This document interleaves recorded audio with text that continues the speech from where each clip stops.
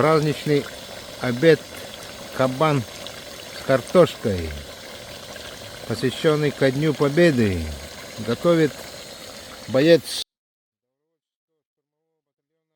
Тихон. Смотри.